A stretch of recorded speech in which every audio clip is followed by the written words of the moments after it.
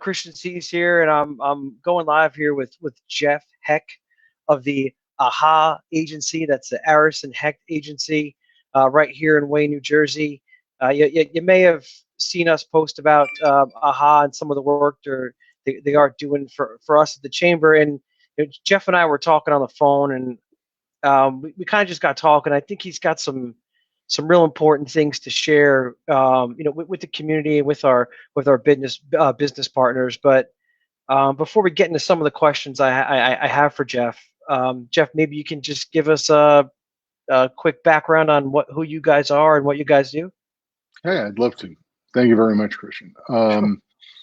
Arison Heck Agency is a full-service advertising and marketing agency. We're based over by Willowbrook Mall. My partner, Phil Aronson, and I have been in the advertising industry for quite some time. We both grew up in the industry. Our fathers were involved in it. Mine had his own agency. Phil's father was the vice president of CBS Television Network's advertising and promotion. Wow, I didn't know that. Yeah, so we know a lot of people in the industry. We know we've got a good deal of experience.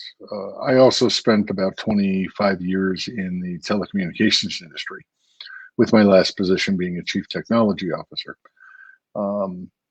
Now I primarily work with companies to come up with marketing strategies. We work on websites, digital marketing and advertising, as well as traditional. So it's a print ad, logo design, full branding package. We can do all of those things for a client. We work with companies large and small. So we work with the landscaper who's just starting up, and we work with pharmaceutical firms. That's great. Yeah, I know from the few conversations we've had about your clientele, it's amazing. The vast group from all different industries, all different sizes. That was really, really cool. We found that working with small companies is how we started. The lawyer who had a small practice needed a website, and the landscaper, and the paint shop, CLS Paint, for example. So we try to continue to pay as much attention to those smaller companies as we do some of the larger ones that we work with. And that's allowed us to grow and expand our business, at least until coronavirus time. I guess the interesting thing about whether you're a small or a large business, a website's a website. So a small guy can look just like a big guy, and a big guy can look just like a small guy, right? Absolutely. In fact, we try to make all of our customers look like they're larger companies than they might be. We want somebody who's visiting your website to feel a level of comfort in working with you. And if you have an impressive website, people will feel more comfortable that way because they understand that you took the time and spent money, made the investment.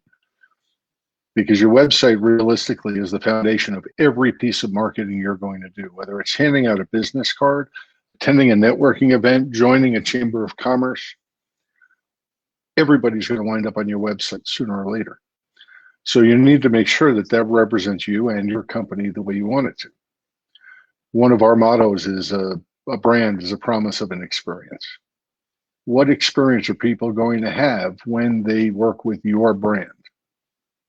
And that's what we want to get across. So we try to utilize the website as a way of doing that. We found that it's an incredibly important foundation for all marketing efforts. Yeah, it's like your storefront now. Whether you have one or not, it's your storefront, right? Absolutely. Think of it as a salesman who works 24/7, 365. Yeah. And that's good. Today, with what's going on with the coronavirus, it's more important than ever because all of those people are contemplating doing things once we recover from this and life gets back to whatever the new normal is going to be. People are spending time now doing that research. Who is the financial planner? Who is the bank? Who is the investment advisor, the landscaper, the contractor that I want to work with when I finally decide that it's time to redo my backyard? Right. Or move on with a project that they hadn't thought of, or changing their investment strategy because they just lost a ton of money in the stock market. Right. So if you're sitting at home trying to figure out who you want to work with. You're doing that online. And that may be as simple as going to Facebook and saying, hey, do you know somebody? Right, right. But as soon as somebody says, yes, call this guy, they're going to your website. Mm-hmm. So we try to urge people that you don't stop advertising because business is stopped right now or slowed down. And we understand, of course, that budgets are an issue and not knowing when you're going to get back to work is an issue. So I'm not going to ask a restaurant to start advertising. But that restaurant that's trying to do takeout right now needs to utilize social media in every way they possibly can. They need to get online, get into Facebook, join as many groups in their area. So if it's Wayne Dads, Wayne Moms, Pompton Plains, every town has these groups. Get in there and post something. Don't do it so you're annoying, because that'll upset people. But every 2 or 3 days, go in and tell them, hey, our business is open. We're running a special. You get free delivery with every order. Or we'll throw something in, whatever it is, so that you can maintain your business now. But also think about the long term, so that when you're ready to make that investment in redoing your website, improving your appearance, things like that, down the road, you come to us. Right. You can visit our website at aronsonheck.com to find out about us, because Right. we believe that represents us well. Right. Right. Right. Well, that's a good point. I think a lot of owners possibly or managers of businesses are doing some social media work that they haven't done before. And even creating a post in these groups. Any maybe quick suggestions on what to post, what not to post, or how to post it? Does text work better than a picture, or vice versa? Well, a picture's worth 1,000 words, as they say, and now more than ever, that's true, because a lot of people are lazy. They don't want to read. So you put up a long post, it's not going to get read. They're efficient. They're efficient. Yes. Okay. Oh, I got the gist of it. I read the first sentence, and that's important. That first sentence is really important. But take the time to put up an image. I saw a great one the other day. There's a butcher shop over on Route 23 that posted, these steaks are going out to I our saw lucky that. customers. I And it saw. stuck with me. Yeah, I still remember the picture now. Right. Yeah. And I turned to my wife. I said, who is this place? I've never heard of them before. Right. But the steaks looked amazing. It was a brilliant post, and it was a great job. Take something like that and put that up. If you're a restaurant, take a great picture of food. And food can be difficult to photograph, but take a picture of a dish that you're getting ready to send out in the to-go container. Right. Hey, enjoy this meal in your house. Let us bring you the food. Doing things like that will stand out. So now there's a butcher shop I want to go visit, because these steaks looked absolutely beautifully marbled, and the way they took it, it was in a box, getting ready to be delivered. There was 3 of them. Right. There 3 or was 4 of them. Yeah. Yeah. I think I named them. They look so good. They did. And I'm sitting here going, oh, my wife made chicken again. So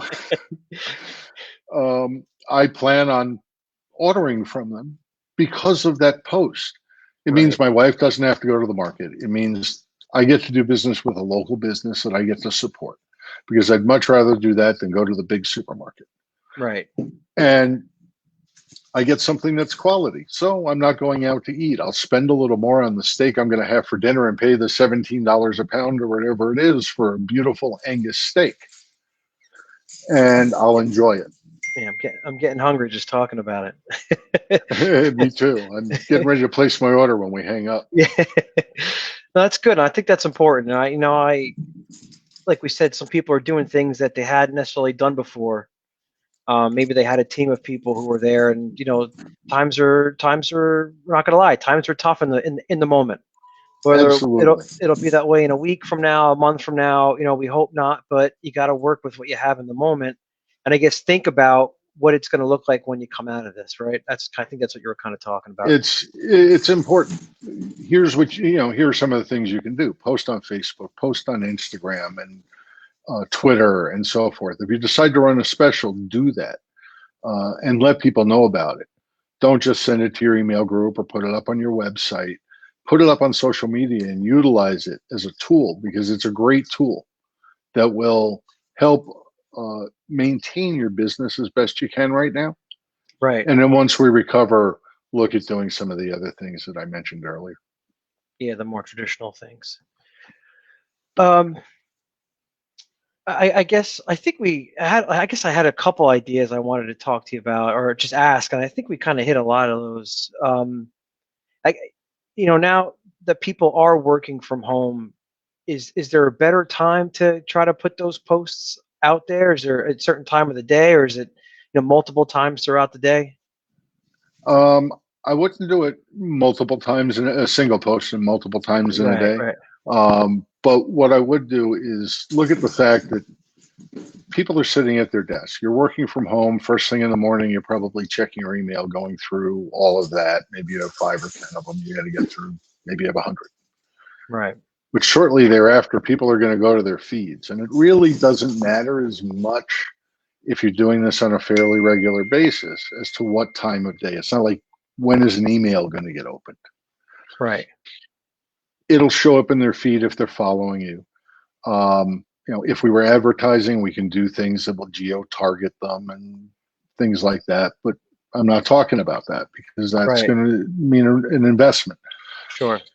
These strategies we're talking about right now are free and can be quite effective, like that one post we mentioned. Right, right, right. So we both happened to see it. I Yeah, guess it was in the WCC Downtown Wayne group, and that was wonderful. yeah. And there are groups like that everybody can join. And if you have to say, please let me in, they'll let you in if you're from the area. Right. And it gives you an opportunity to help promote your business. Another thing that companies that aren't restaurants are finding is that people really want to know you're giving back to the community in this time of need. So whether it's the pizzeria delivering pizzas to the hospital for the staff to eat, or to the mailmen, or whatever it is, doing something that gives back to those people that are still helping us carry on our lives day to day, Right, even the cashiers in the supermarket. right. All of these people put themselves out there. They put themselves at risk to an extent. And if we're saying thank you somehow, it resonates with the people in our community.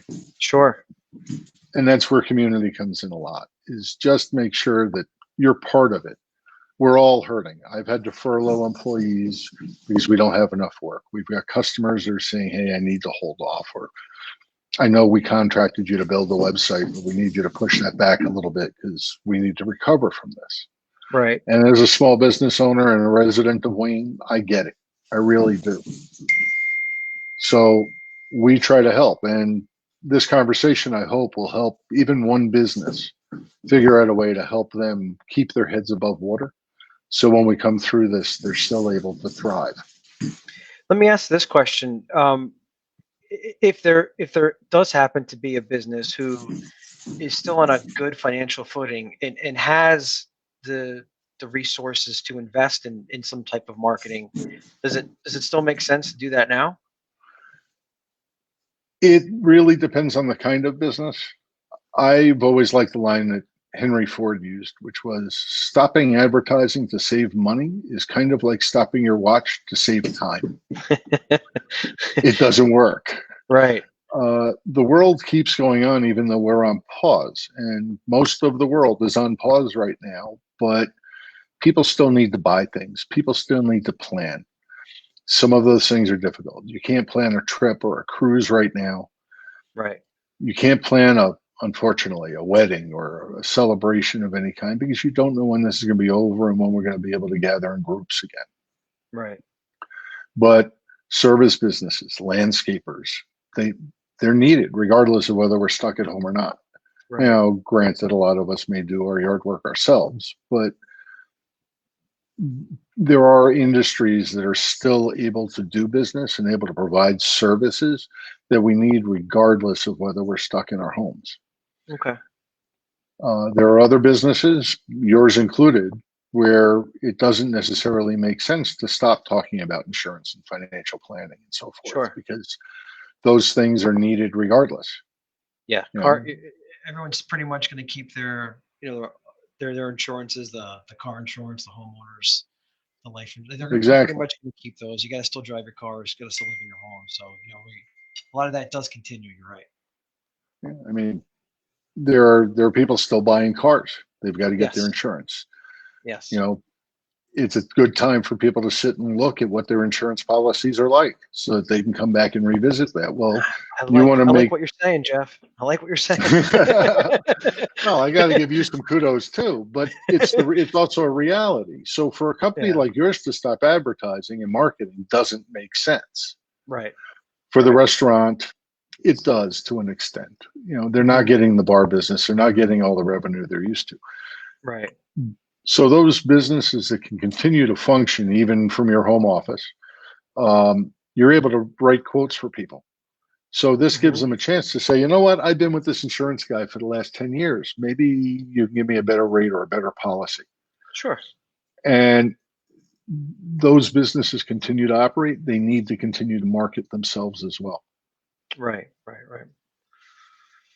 All right. Good, man. I think we covered a lot there. I mean, that was real insightful. I think for me, I hope that if one business happens to pick up this conversation and get something out of it that helps them, I think we can say this was a success. But is I there agree. anything else? Is there anything else that you wanted to share? I mean, we really went through a lot there.